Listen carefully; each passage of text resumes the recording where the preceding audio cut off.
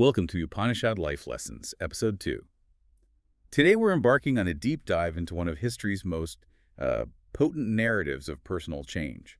We're talking about the transformation of Ratnakar, a notorious and, frankly, terrifying bandit, into the sage Valmiki, the revered author of the Ramayana. And this isn't just a fairy tale, Our sources offer this incredibly profound narrative that really serves as a guide for self-redemption. Our mission here is to extract the surprising psychological and philosophical nuggets that force this criminal mastermind to completely overhaul his life. Right, and the core of this deep dive is to try and answer that question. When a person is completely immersed in moral darkness, how do they find the light of redemption?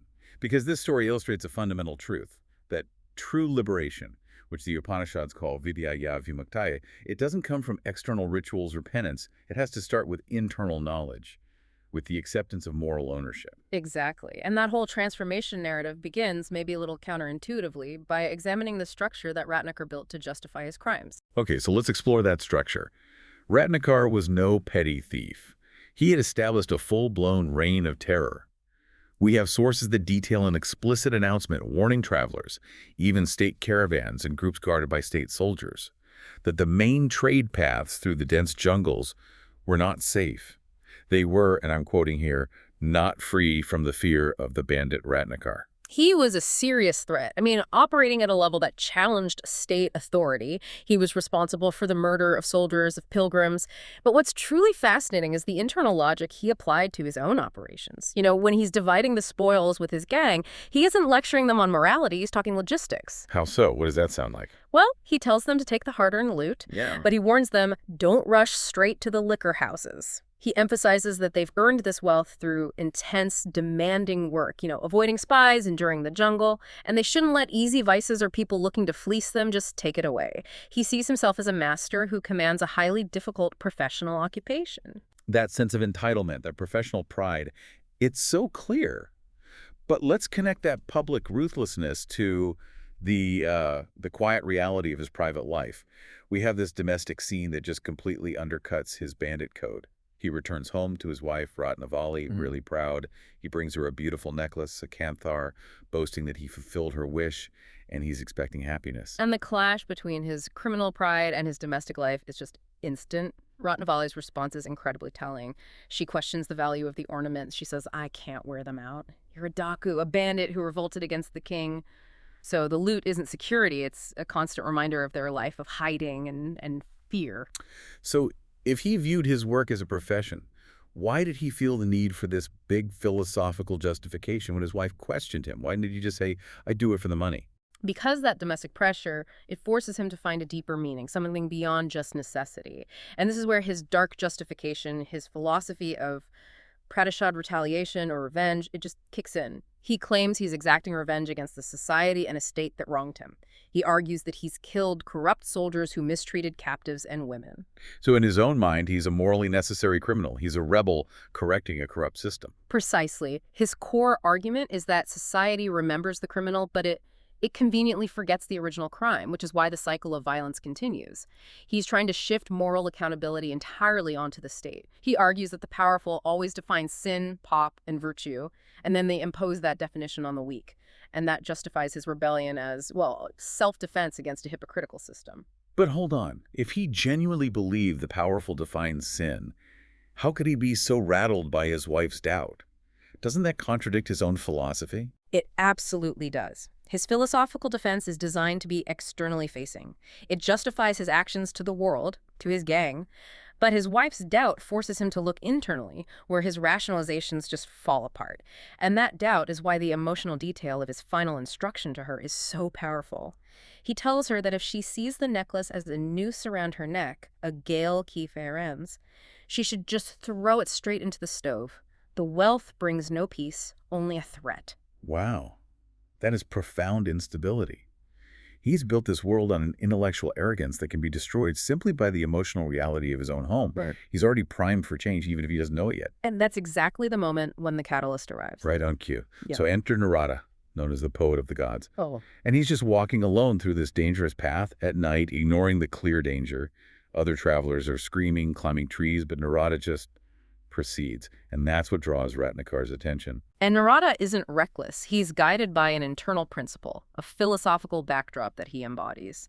The source material references the verse, Navirato dishkaritanashantana samahita. So what are the core mechanics of that idea? What does it mean? The idea is that one who hasn't ceased bad conduct, who isn't tranquil, and whose mind isn't settled, well, that person cannot possibly achieve true knowledge. And Narada, walking calmly through terror, is living proof of that tranquility. He's a direct challenge to the chaos that Ratnakar represents. Okay, so the confrontation begins.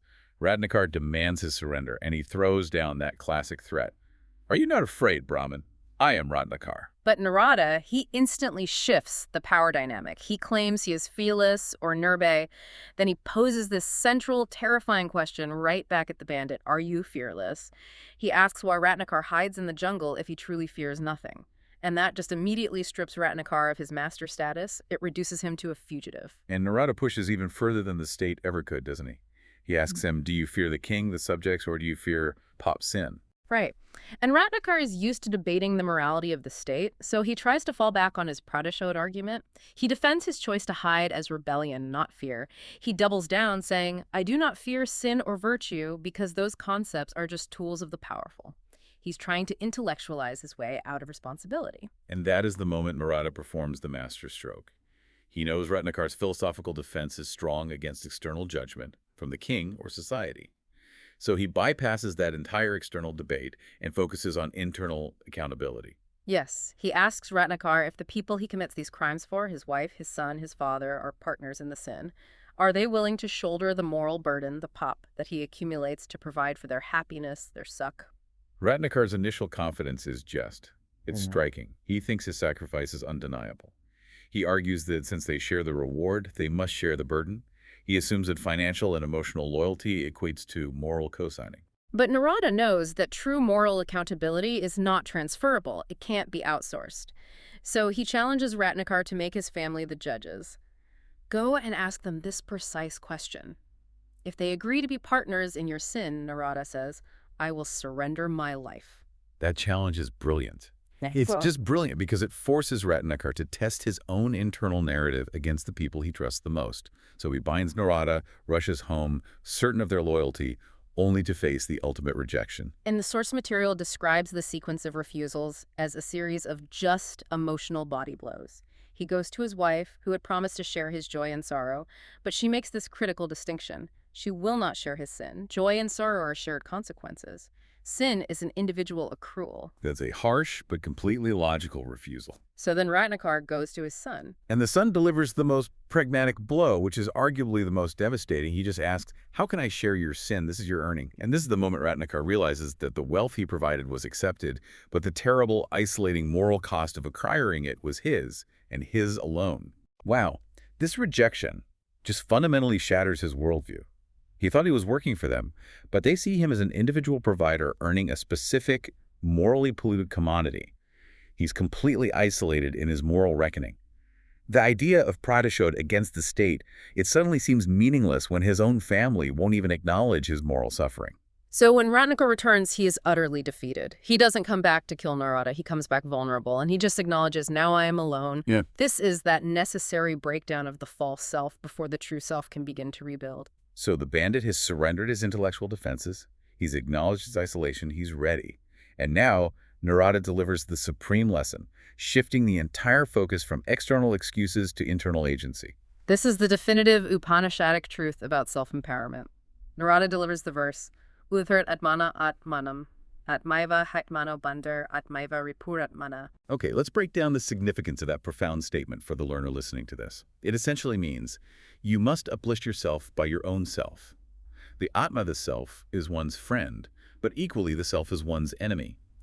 Why is applying this concept right now at Ratnakar's lowest point the critical turning point? Because for his entire life, Ratnakar outsourced his agency. He blamed the state, he blamed society, he used his family as a justification. He treated his Ātma as his enemy by making choices that isolated him and accrued sin. This verse tells him that the solution is not external penance or finding a new group to blame. The solution is taking ownership of the self as the sole agent of creation and destruction. So it reframes his entire past.